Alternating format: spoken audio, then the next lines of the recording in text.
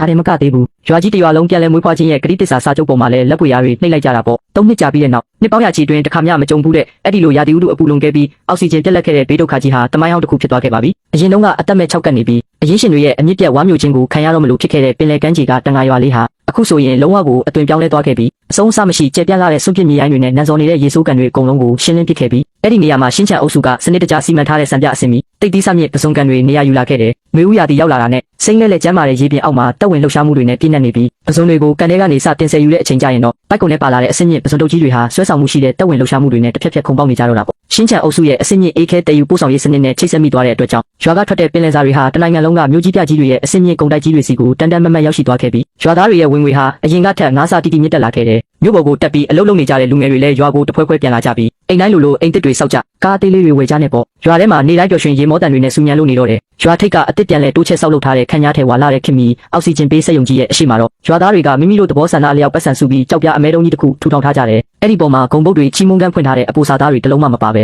ဲစာလုံးကြီးရှစ်လုံးပဲထွင်းထူထားတယ်အဲ့ဒါကတော့ရေတောက်ရင်မြစ်ဖျားကိုတတိယပါစိတ်နှလုံးကိုတိဆောက်ပါဆိုတာပါပဲပြောချင်တာကကျေးဇူးတရားကိုတိတက်ပါပေါ့ဒါဟာရွာကြီးတစ်ရွာလုံးကသူတို့ရဲ့အယိုးတဲ့အသေးတဲ့အထိနောင်တရစာနာမိခြင်းရဲ့တက်တည်ဖြစ်တယ်လို့ကျွန်တော်အပေါ်ထားတဲ့အကြီးမားဆုံးသောအယိုးသေးပြုမှုလည်းဖြစ်တဲ့စောင်းဦးအစောပိုင်းညနေခင်းတစ်ခုမှာကျွန်တော်ကိုယ်တိုင်ကားမောင်းပြီးဒီနေ့ရဲ့ပစုံဆယ်ယူမွေးမြူမှုအခြေအနေတွေကိုစစ်ဆေးဖို့ရွာကိုပြန်လာခဲ့တယ်ကားကရွာထိပ်ကိုဝင်ယုံတင်ရှိသေးတယ်မွေးထွေးပြူနာလာတဲ့ရွာသားတွေကကားကိုဝိုင်းအောင်လာကြတာပေါ့အန်တီလီဆိုရင်အစင်းမြင့်အေးခဲ့ပြီးစနစ်တကျထုတ်ပိုးထားတဲ့ပစုံတက်တာတပူးကိုအတင်းတယ်လာပြီးကျွန်တော်ကားရဲ့နောက်ဖုံးထဲကိုထည့်ပေးတယ်ပြီးတော့မျက်လုံးလေးတွေနီးရဲပြီးကျွန်တော်လက်ကိုဆွဲကာမန်နေဂျာလို့ဒါလေးယူသွားပြီးမိစမ်းကြည့်ပါဦးကွယ်ဒီနေ့ပစုံတွေကတကယ်ကိုအသားပြေပြီးစုဖြိုးနေတာမင်းသာမရှိရင်တို့တွေဒီလိုနေကောင်းရတာတွေကိုဘယ်မှာခံစားရပါမလဲ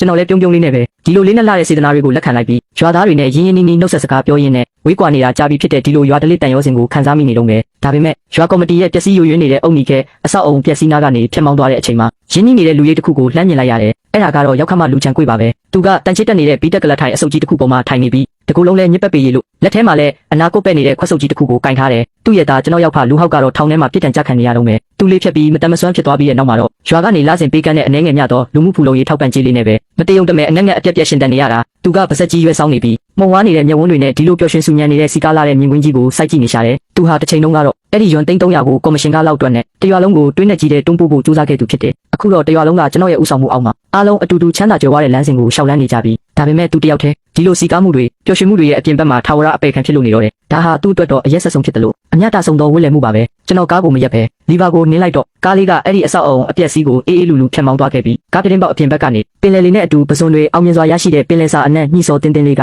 ညနေခင်းလေးညင်းနဲ့အတူမျက်နှာပေါ်ကိုတိုးဝေးလာပါတော့တယ်တက်ကြွလှုပ်ရှားပြီးအသက်ဝင်နေတဲ့ဒီမြေပြင်ကြီးကိုကြည့်ရင်ကျွန်တော်ရဲ့ရင်ထဲမှာမကြုံစဖူးတည်ငြိမ်မှုနဲ့ပြည့်စုံမှုကိုခံစားလိုက်ရတယ်တကယ်အစစ်မှန်တမသူဆိုတာရှုံးပွဲအိုင်ထဲမှာလူဆိုးကိုနင်းချေတက်ပစ်တာမျိုးမဟုတ်ဘူးအဲ့ဒီနေရာကနေကိုယ်တိုင်ရုံထွက်ပြီးစီမင်းစီကန်းအစ်စ်တွေကိုချမှတ်ကအင်အားအစစ်အမှန်နဲ့လိမ်လည်မှုတွေကိုချေမောပစ်တာဖြစ်တယ်ပြီးတော့ကျေပြန့်လာတဲ့အတွေးခေါ်အမျော်မြင်တဲ့မြေပြင်တစ်ခုလုံးကိုပြန်လည်ပုံဖော်ပေးတာဖြစ်တယ်ရှင်တန်ချင်းတွေနဲ့ပြည့်နှက်နေတဲ့ဒီပင်လယ်ပြရေပြင်ကြီးဟာနောက်ဆုံးတော့သူ့ရဲ့ဖြောင့်ဖြူလာတဲ့လမ်းကြီးစီကိုရောက်ရှိလာခဲ့ပါပြီကျွန်တော်ကိုယ်တိုင်လည်းဒီလိုလေးနဲ့လာတဲ့လူမှုရေးတာဝန်တွေနဲ့အတူပုံမိုကျေပြန့်လာတဲ့အနာဂတ်စီကိုရှောက်လန်းသွားတော့မှာဖြစ်တယ်